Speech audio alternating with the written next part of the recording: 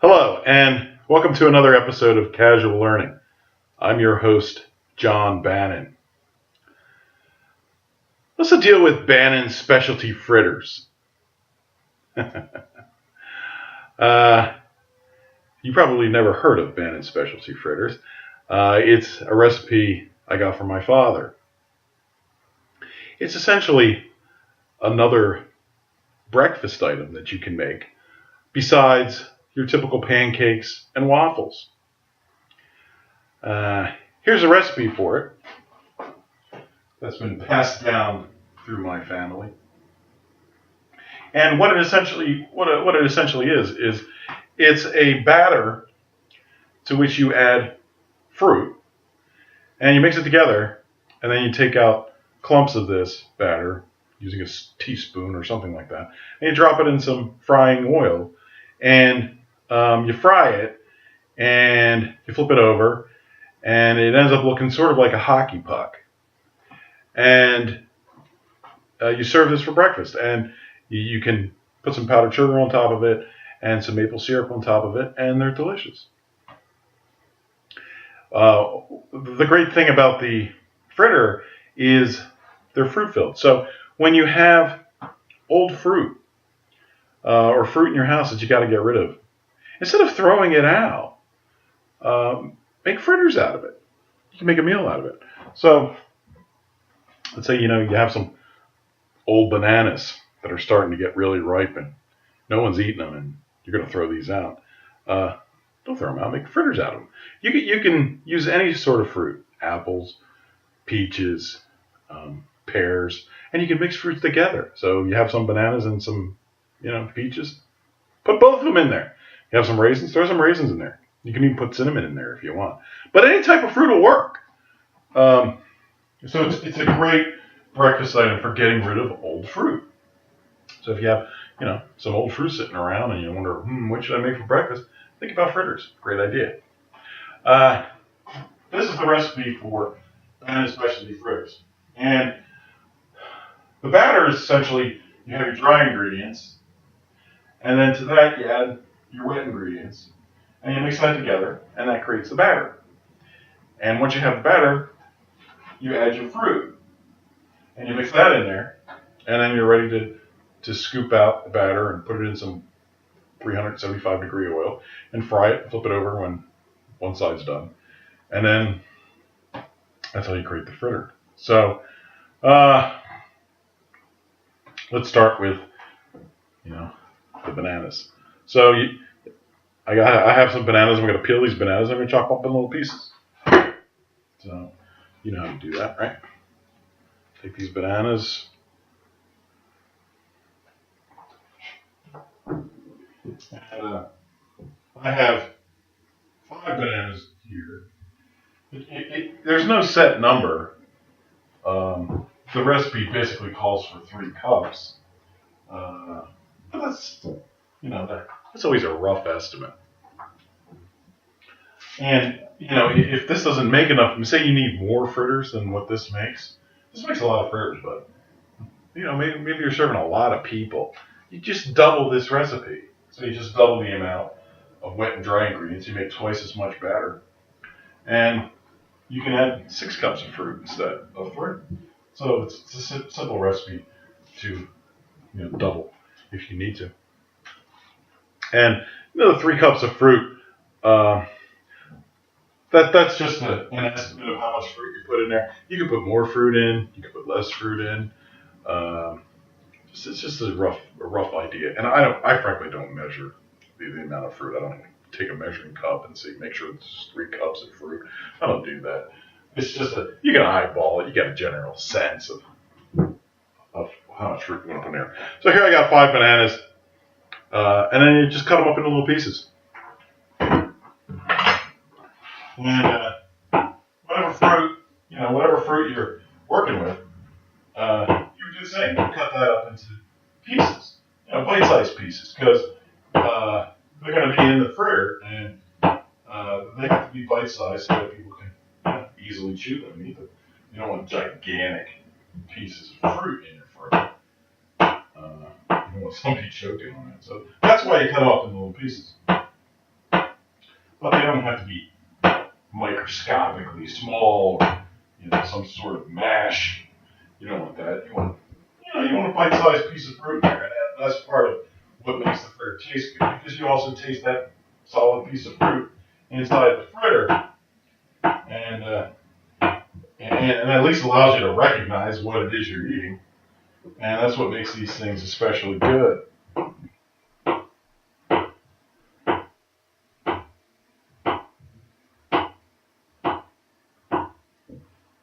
Okay, so anyway, took those bananas, okay, I chopped them up into bite-sized pieces. So you put that to the side,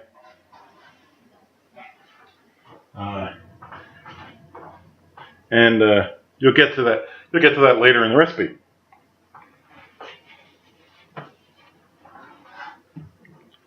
So the first thing you want to do is put together your dry ingredients.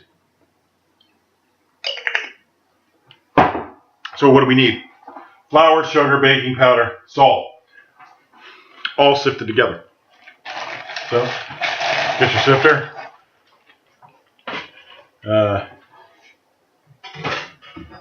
Get yourself a bowl. All right, now I'm going to put the dry ingredients in the sifter. So I need 1 1/3 cup flour. Here's my flour. This is a 1/3 cup, so just stick it in there. And I use the side of the container to level off the top. There's a 1/3. Now, I didn't bring down my cup measure, but that's okay, because 3 of these equals 1 cup, and it doesn't take that long, so I'll just put 3 more of these in the sifter. 1, 2, 1 more, plus the original one I put in. That's 1 1/3 cups.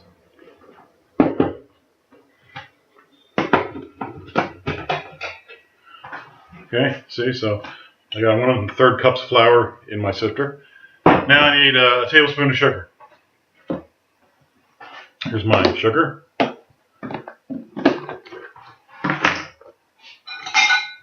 Got a tablespoon. Took a tablespoon of sugar. Put that in the sifter as well. Now, the fritters don't need a lot of sugar because it has sweet fruit in it. You don't need a lot of sugar. The fruit is really the star of the fritter. And the riper that fruit is, the better the fritter is going to be, because the fruit has more taste to it. So the fritters work especially well with old ripened fruit or over-ripened fruit. 2 teaspoons baking powder. This is your leavening agent, so you better not forget it, or your fritters won't rise. So 2 teaspoons. A tablespoon is 3 teaspoons. So I didn't bring a teaspoon with me. Forget these things. So what I really need is 2/3 of a tablespoon. That's 2 teaspoons. So I look at this, and you can scrape it off the top to get a nice level, and maybe knock a little bit out of it. There's 2/3. Okay, that's 2 tablespoons, or 2 teaspoons. And I need a 1/2 teaspoon salt. Again, I didn't bring my teaspoon, just a tablespoon.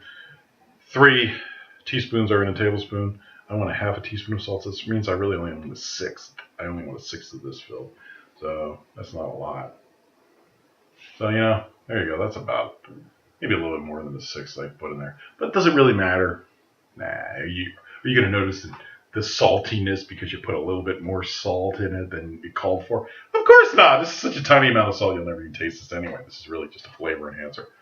So that's good enough. Put that in the sifter.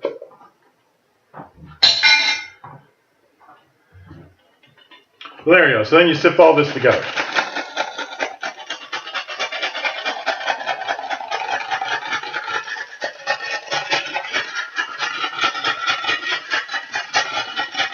Okay.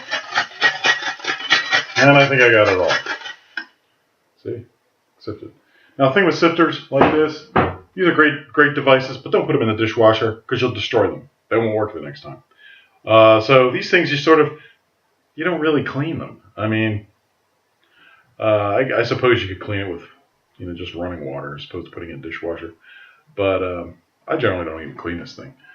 I just stick it in a bag and then put it up on the shelf for the next use. You only put flour in it anyway, so you know what's in there. All right, so I've got my dry ingredients. Now I have to add my wet ingredients. So I need 2 beaten eggs, 2/3 cup of milk, and a tablespoon of oil. All right. So got a Pyrex measuring cup. I'm going to drop a couple eggs in there.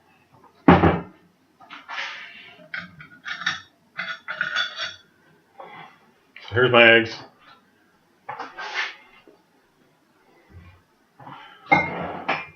Just crack these puppies open. Drop them right in the Pyrex. Make sure you don't leave any shell bits in there. There you go. There's my 2 eggs. These eggs need to be beaten.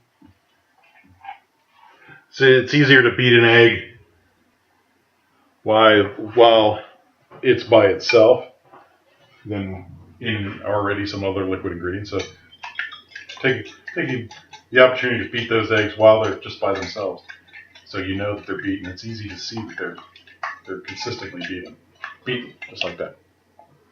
All right, now I want to add 2/3 of a cup of milk. Now I just got done using my 1/3 dry measuring cup for flour. Well, you can use this for wet ingredients as well. So I just need 2 cups of this. That's 2/3 of a cup. So I've got my milk. Now I'm going to add 2/3 of this to the beaten egg. Let's see, 2/3 of a cup. There's 1. All right, that's 2.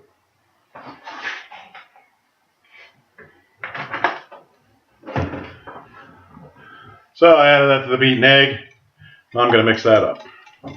So mix that beaten egg together with that milk, so it looks kind of like a pale yellow. All right. You don't want to just put all the wet ingredients into the dry ingredients without first mixing the wet ingredients up, because then it can be very clumpy and not uniform. The mixture isn't uniform, and just don't do it that way. This is a better way to do it. And a tablespoon of oil. So here's my oil. Get the tablespoon I just used. Now, once you put oil on the tablespoon, this tablespoon is shot. You can't use it for any dry ingredients anymore. So either have a separate tablespoon that you want to use, or make sure you're done with your dry ingredients before you put some oil in this tablespoon, because you can't get that oil off. It has to be put in the dishwasher or washed. So I'll put a tablespoon of oil in.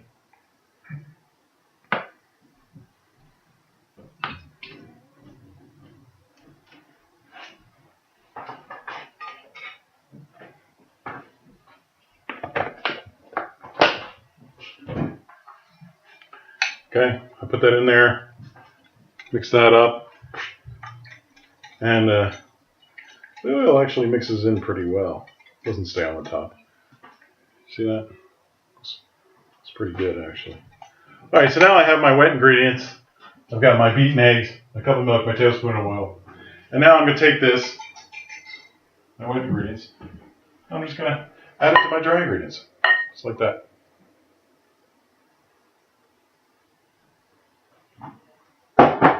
And now I'm going to make my batter.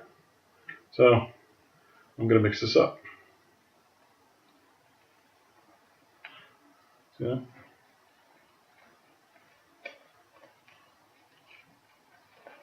Now, if you find that let's say this batter is looking a little too thick, like this one is, see this? It's too thick. So I need some more liquid in there. So what do you put in there? You put oil? No. You put egg? No. Just put some milk in there. So this is a little too sticky. It needs a little bit of milk. So I may just take, a tiny bit of milk, like that. Don't put too much in there, because if you put in too much milk, it'll get too liquidy, and that's not what you want. So you just put a little bit of milk in there, mix it again, and then see if that does the trick. If that creates the consistency that you want. And I think that did the trick. So it didn't take an awful lot more milk to get me the consistency I wanted. Now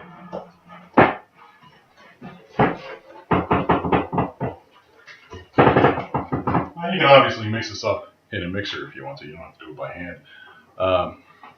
So this is what I'm looking for. It's not soupy. It's not like a pancake batter. It's got some stickiness to it. All right, because you need that stickiness because you want it to stick to the fruit and clump.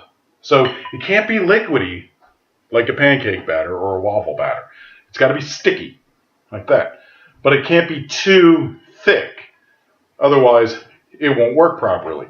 You really just want sort of a sticky paste that will stick to the fruit. And, that's what we got here. Sort of a sticky paste. Okay. All right, so we got the right consistency for the batter. And then to that, you just simply add the fruit. So, you take your fruit, throw it in there. That's it.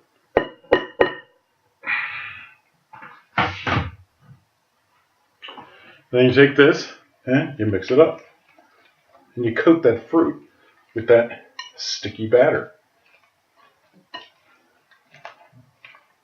You're not trying to crush the fruit. You're just trying to coat it in the sticky batter. That's it. So that all the fruit, is covered by batter. You don't have to kill it. Just coat it. Okay. That looks good. Yeah.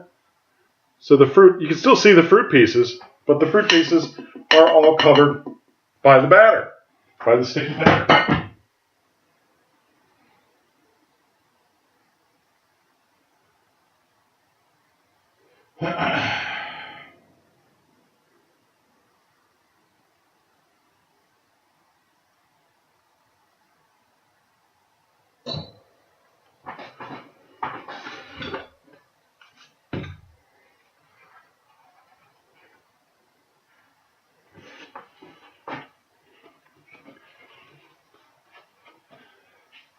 All right, once you have, the sticky batter and the fruit, now it's time to cook it. Now it's time to drop it in some oil. You should have preheated this oil to 375 degrees. Good. Basically, before you even start this recipe, putting it together, because you want the oil to be nice and hot when you drop it in there. So you can take a tablespoon and a fork, or maybe 2 tablespoons. That's another way to do it. In fact, I could even use the tablespoon I had oil on. Why not? Might as well use that. And you want to fry these suckers, and you want to serve them. Nice and warm. So, as you can see, I have a grill here, a frying pan. This is an electrical frying pan with about maybe not even a half an inch of oil in it. And this has been preheated to 375 degrees. And it's nice and toasty and hot, ready for fritters. So what you do is take a clump of this fritter batter and just plop it right in, like that.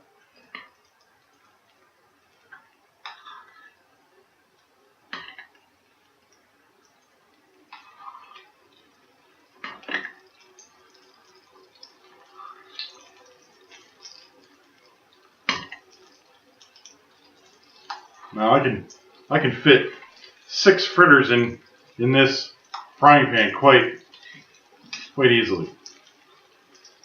That's what I'm going to do. And this sort of electrical fryer is really nice to have in general, but it's great for making fritters. You can make fritters in any sort of frying pan that can hold maybe about a half an inch of oil in it. But this is really a great way of making them. It's much more convenient. So they just sit in there, and you wait for them to get bubbles on top so that the underside is brown. And then when it reaches that point, you flip it over and you let the other side cook. Now, when you're cooking these things, you got to be careful. You can't undercook them. Don't undercook them, because then you could have a raw center, and nobody wants that. So you got to make sure they're cooked before you take them out. So let them sit there for a little bit, and keep an eye on them, and then we'll flip them and you'll see what they look like.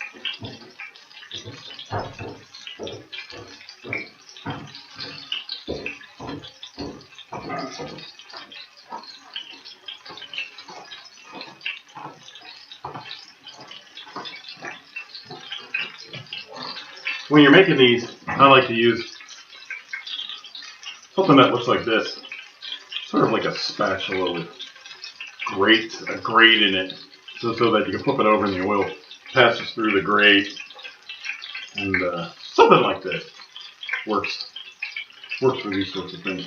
Now, looking at these, and I can see they're browning around the outer edge, and that's making me think, okay, these things are starting to get done.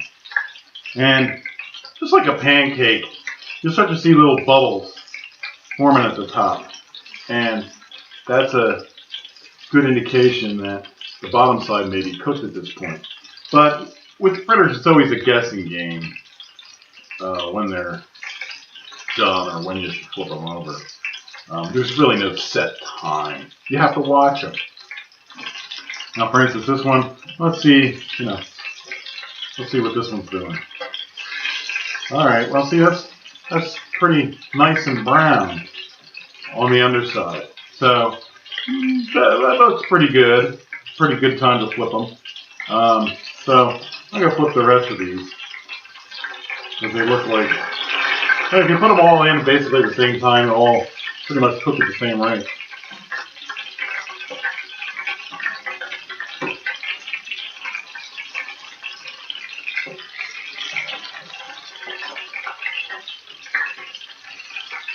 And of course, it's hot oil, so got to be careful with hot oil. It can be very splashy, and it can burn you.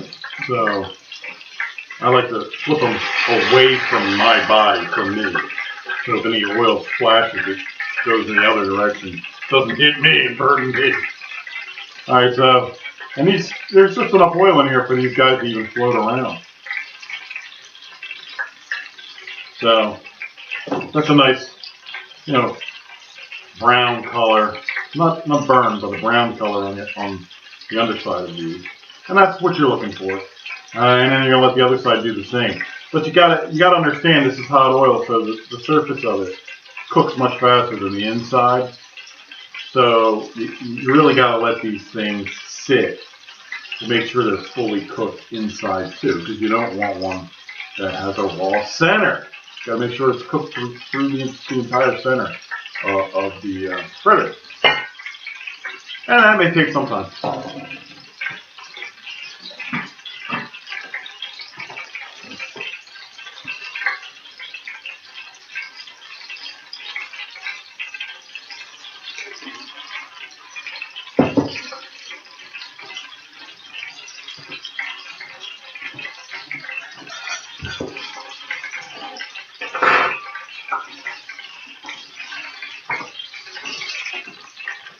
Now, in the meantime, you want to get yourself some sort of tray.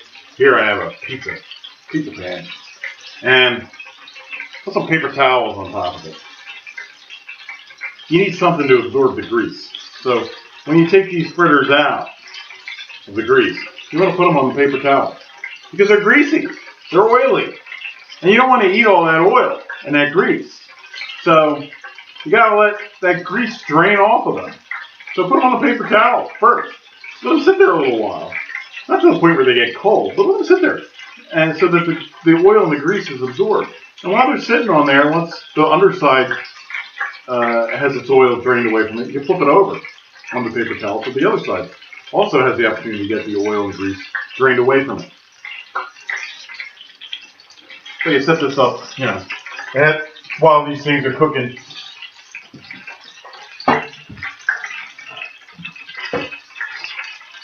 Now you notice that these are, they're somewhat puffy. They're like hockey pucks. Okay, they're in the shape of a hockey puck, but they're also somewhat puffy, and that's because of the baking powder you put in them. And you have to put, maybe a half an inch of oil in here, because otherwise they're going to be too flat. So it needs to basically be able to float in at least a half an inch of oil, so that it has this sort of puffy structure to it. You don't want them, you're not making pancakes here. You're actually frying something. You're not deep frying it, but you are frying it. So these are, I'll flip them over and see what the backside looks like. Well, the backside looks pretty brown too. So these are looking good. That backside is a little darker than the front was. Now maybe I'll flip it over again. I don't want these things getting too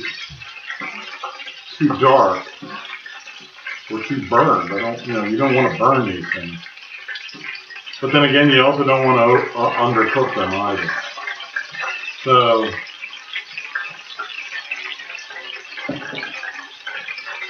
you have to eyeball it. I have some experience making these things and understand when they're probably done. Plus, you're going to let them sit for a little while, so there's still going to be some cooking that goes on while it's sitting internally. But if the grease is way too hot, the oil is way too hot, it'll just cook on the outside, and the inside won't get cooked. So you don't want that. So you don't want the oil being piping hot. I mean, stuff 375 is right around where you want it. And as you're cooking these, you're also reducing the temperature of the oil. So the next set of these you make, the oil is going to be not quite as hot as the first set of fritters fried in that oil were. So the second set may take a little longer to cook because the oil is not as hot. So these guys are looking pretty close to being done to me. So what I'm going to do is I'm going to take them out. I'm going to put them on the paper towel. Because these things are dripping with oil. Dripping. You want to make sure you get that excess oil off. So put them over there.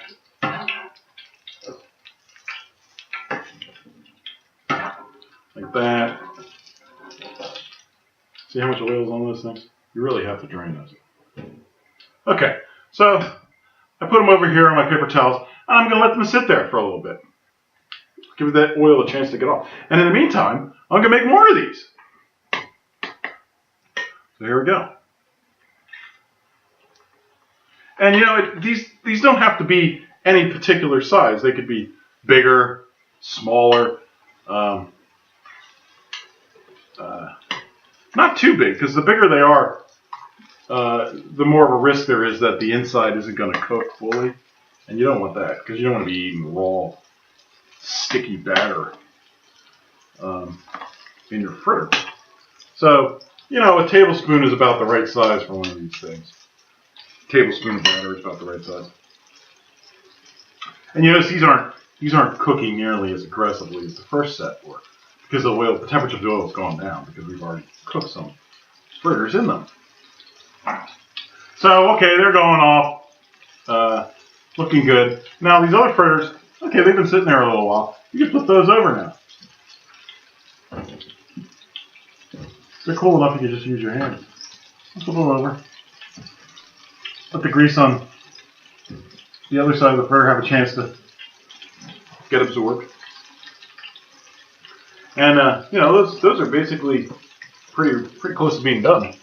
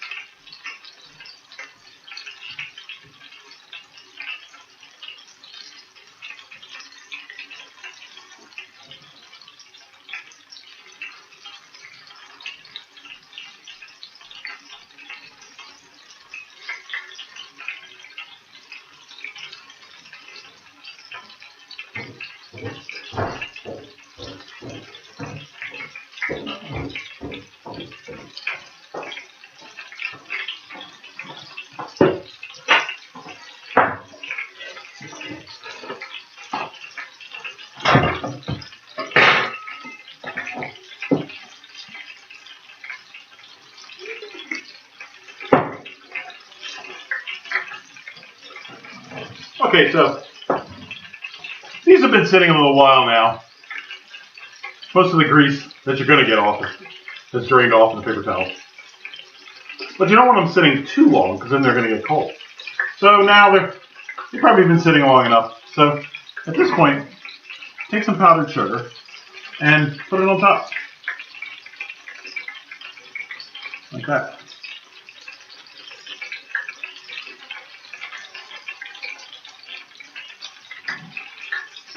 Now, doesn't that look nice? Those are nice.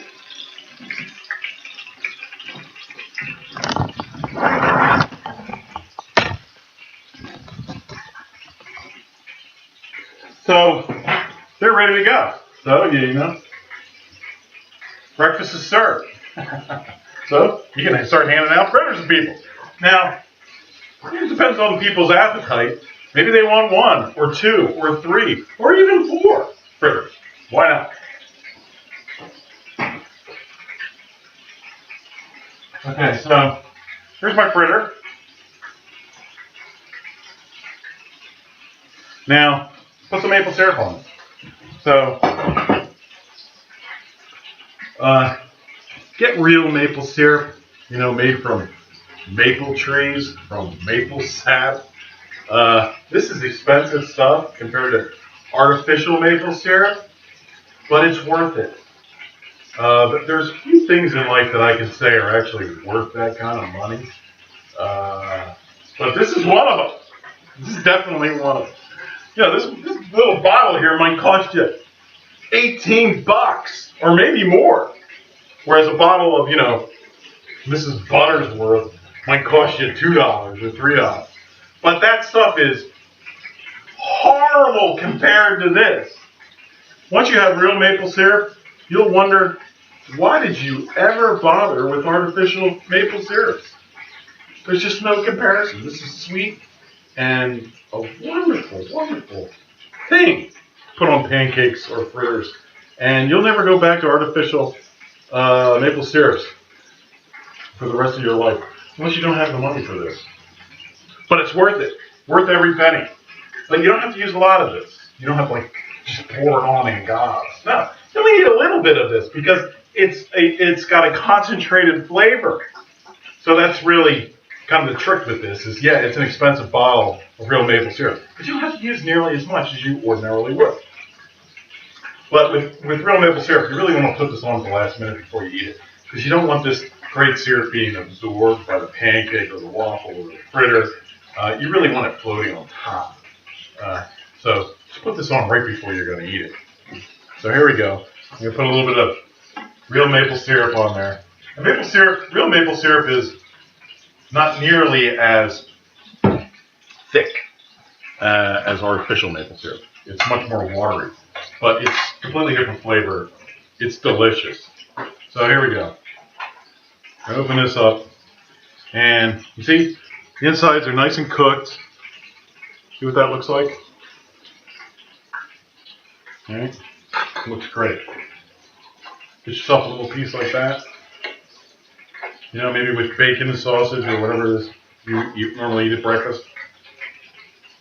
Smother it in your maple syrup.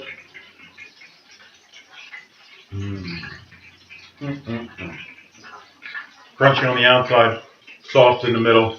Wonderful banana flavor. Wonderful real maple syrup flavor. Warm, sugary.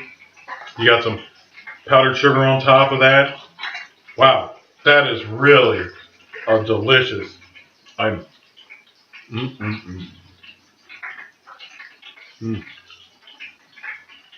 Really a separate breakfast item besides pancakes and waffles. If you've never had a fritter or real maple syrup, hey, this is another breakfast item that you can make on a regular basis. Use up your used fruit. You can't find these in restaurants or the IHOP or wherever. They don't make fritters. This is something you got to make on your own. And it's easy to make. I showed you how to do it. Really simple. Take simple ingredients. And it's delicious. Wow. Nothing like it. Great. Especially with real maple syrup. Delicious.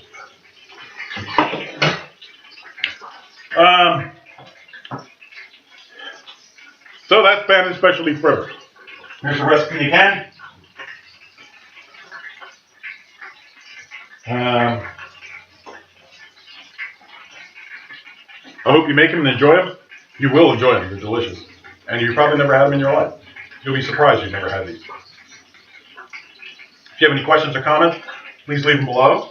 Maybe I'll do a future video on them or address your comments below.